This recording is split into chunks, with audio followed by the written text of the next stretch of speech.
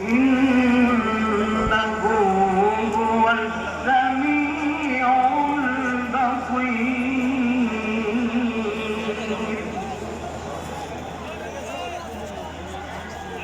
سبحان الذي أسرى بعبده ليلا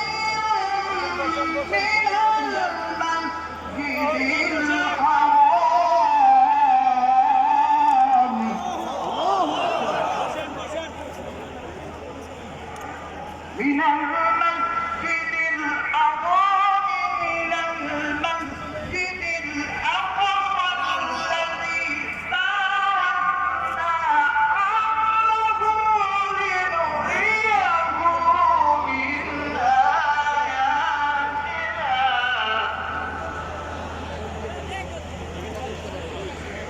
الذي باركنا حوله لنريه من آياتنا إنه هو السميع البصير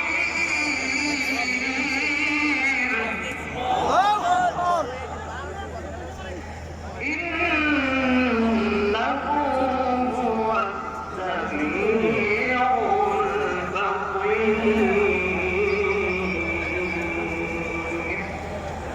صدق الله العظيم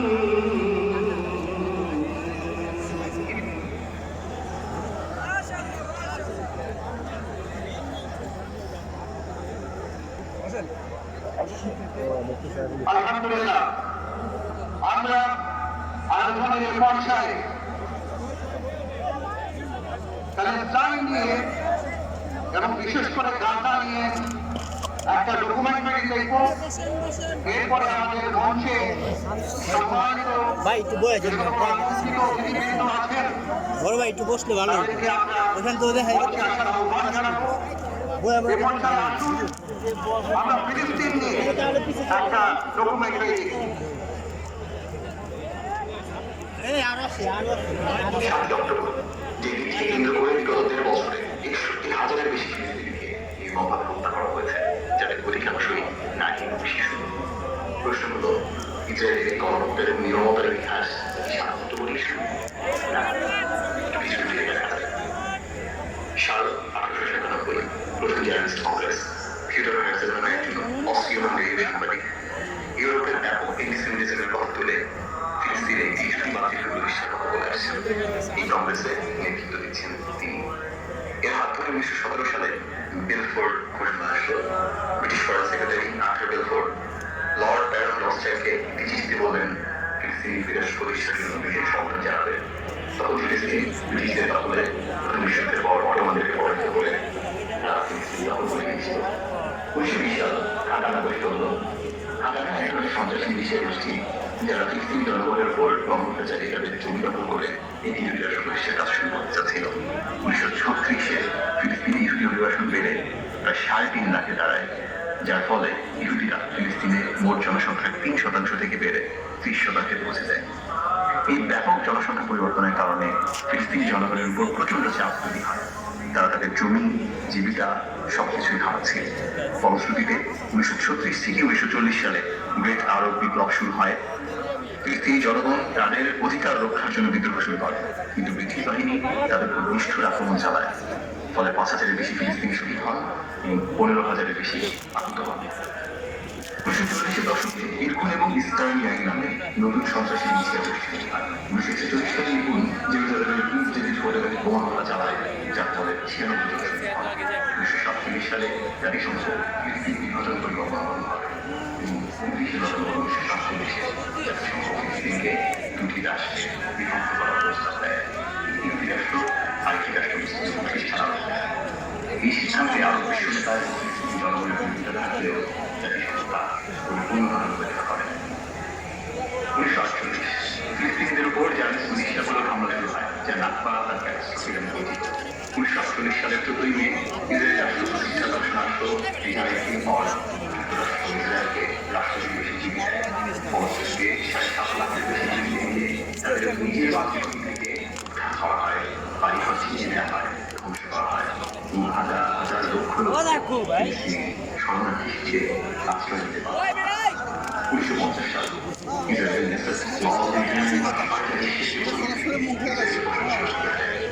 কিন্তু সেই একই অধিকার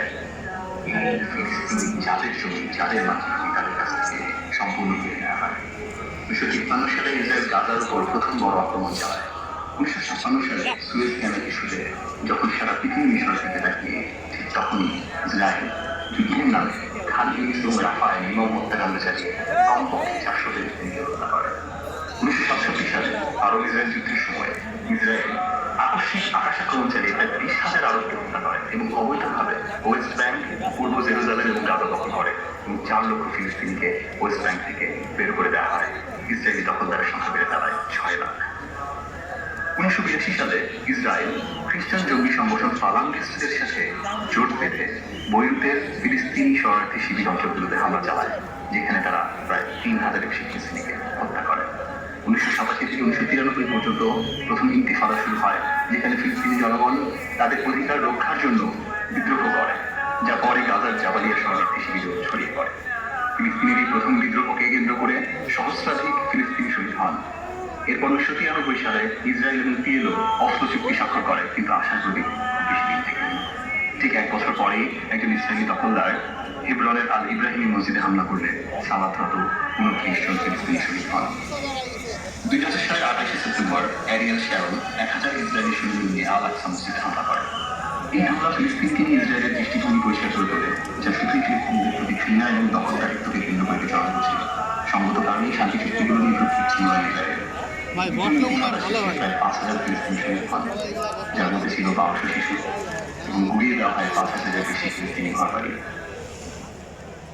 আরো আগে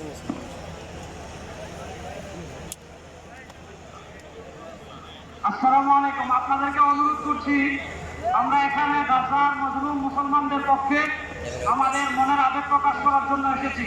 আমরা পুরো পৃথিবীর কাছে গাজায় যে সরঞ্জামের নির্দিষ্ট গণহত্যা চলছে সেটার ব্যাপারে আমাদের বাংলাদেশের মানুষের প্রতিবাদ জানানোর জন্য এসেছি। সুতরাং আমরা প্রত্যেকেই স্বেচ্ছাসেবক। আপনাদেরকে অনুরোধ করবো, আপনাদেরকে অনুরোধ করবো, আমাদের জাতীয় নেতৃবৃন্দ এখানে আছেন, আমরা যে যেখানে আছেন বসে যাই। আমরা এখনই আমাদের জাতীয় নেতৃবৃন্দকে আমরা আমাদের স্টেজে ডেকে নেব। আপনারা একটু বসুন, বসলে ভালো হয়। আমরা বসলে ভাই বসলে ভালো হয়। আপনারা বসুন তো, বসুন বসুন এবার বসুন তো, আমরা বসি। দেখা যায় না পিছনে নিচ্ছি তো, মাওলানা মোহাম্মদ আব্দুল মালিক হাফিজাহুল্লাহ বসুন তো বড় হয়, বসুন আমরা বসলে বসুন। সভাপতিত্ব করবেন। সকলকে আমরা স্টেজে আসার জন্য অনুরোধ করছি। বসলে দেখা যায় নিচে সবাই ফিলিস্তিনের পতাকা একটু নাড়াই। নারায়ণ তাকবীর। হাবিবুল্লাহের আগমন। ফিলিস্তিন ফিলিস্তিন জিন্দাবাদ জিন্দাবাদ। ফিলিস্তিন ফিলিস্তিন জিন্দাবাদ জিন্দাবাদ।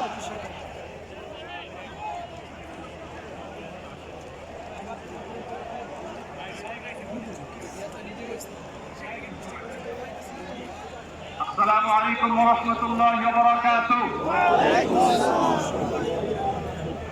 সম্মানিত উপস্থিতি,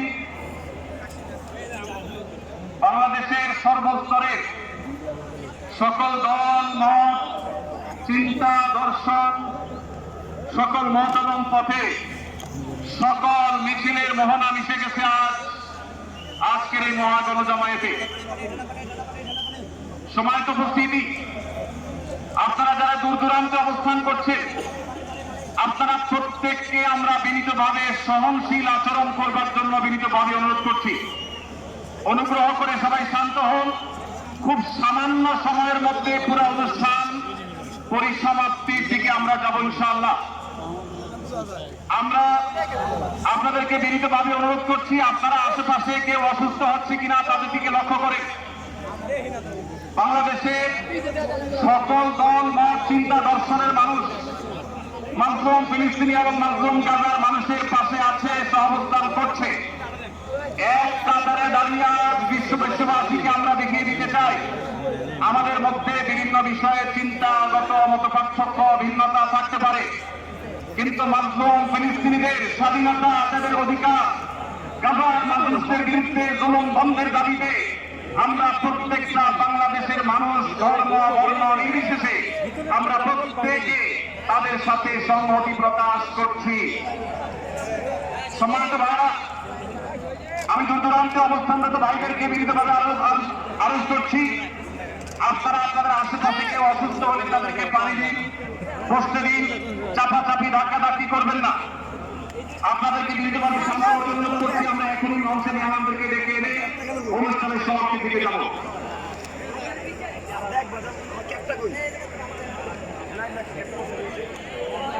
আসসালামু আলাইকুম ওয়া রাহমাতুল্লাহি ওয়া বারাকাতুহু। আমাকে আজকের এই জনসমুদ্রকে শান্ত করার জন্য বলা হয়েছে। আমি জানি না আপনারা কি শান্ত হবেন না অশান্ত হয়ে যাবেন। বৃহস্পতি মাছ করতে যে লাঠি গুতা খেলা উস্তা সব আমরা খেয়েছি, তারপরেও আজকের এই সোহরাওয়ার্দী উদ্যানের এই গণজমায়েতে এই জনতার মহাসমুদ্রে উপস্থিত হয়ে আমরা বুঝতে পেরেছি আজকের এই মহাসমুদ্র জনসমুদ্র ফিলিস্তিনের প্রতি আল আকসার প্রতি বাংলাদেশের জনগণের ভালোবাসার বহিঃপ্রকাশ। ভৌগোলিকভাবে আমরা ফিলিস্তিন থেকে অনেক দূরে হতে পারি, কিন্তু আজকের এই জনসমুদ্র প্রমাণ করে আমাদের এক একজনের হৃদয়ে বুকের ভেতরে বাস করে এক একটা ফিলিস্তিন, আমাদের হৃদয়ে বাস করছে এক একটা গাজা, আমাদের হৃদয়ে বাস করে এক একটা আল-কুদস। চিৎকার করে বলুন ঠিক কিনা? আমরা আজকে সংহতি প্রকাশ করবো আমাদের মুসলিম ভাইদের উদ্দেশ্যে। এক আওয়াজে আমাদের কণ্ঠকে উচ্চকিত করে অতিথি থেকে শুরু করে অডিয়েন্সের সবাই আল্লাহু আকবার ধ্বনি দিয়ে সোহরাওয়ার্দী উদ্যানের এই ময়দানকে আমরা কাঁপাতে রাজি আছি না নাই? নারে তাকবীর! নারে তাকবীর! দিন ইসলাম, দিন ইসলাম! ফিলিস্তিন, ফিলিস্তিন! আল-কুদুস, আল-কুদুস! ফিলিস্তিন, ফিলিস্তিন! আল-কুদুস, আল-কুদুস! আমার ভাই শহীদ কেন? জাতিসংঘ জবাব চায়! তাদের গণহত্যা কেন? জাতিসংঘ জবাব চায়! আমি যা বলি আমার সাথে আওয়াজ করে ইংরেজিতে স্লোগান করুন, free free Palestine! Free free Palestine! Free free Palestine! Free free Al Aqsa! Free free Al Aqsa! 1 2 3 4 1 2 3 4 Genocide no more! Genocide no more! From the river to the sea! Palestine will be free! Palestine will be free! Nare Takbir! Assalamu alaikum wa rahmatullahi wa barakatuh.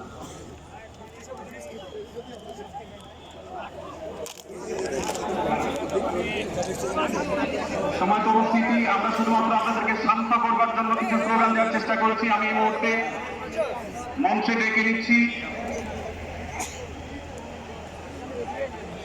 Bangladesh জাতীয়তাবাদী দলের স্থায়ী কমিটির সদস্য জনাব সালাউদ্দিন আহমদ।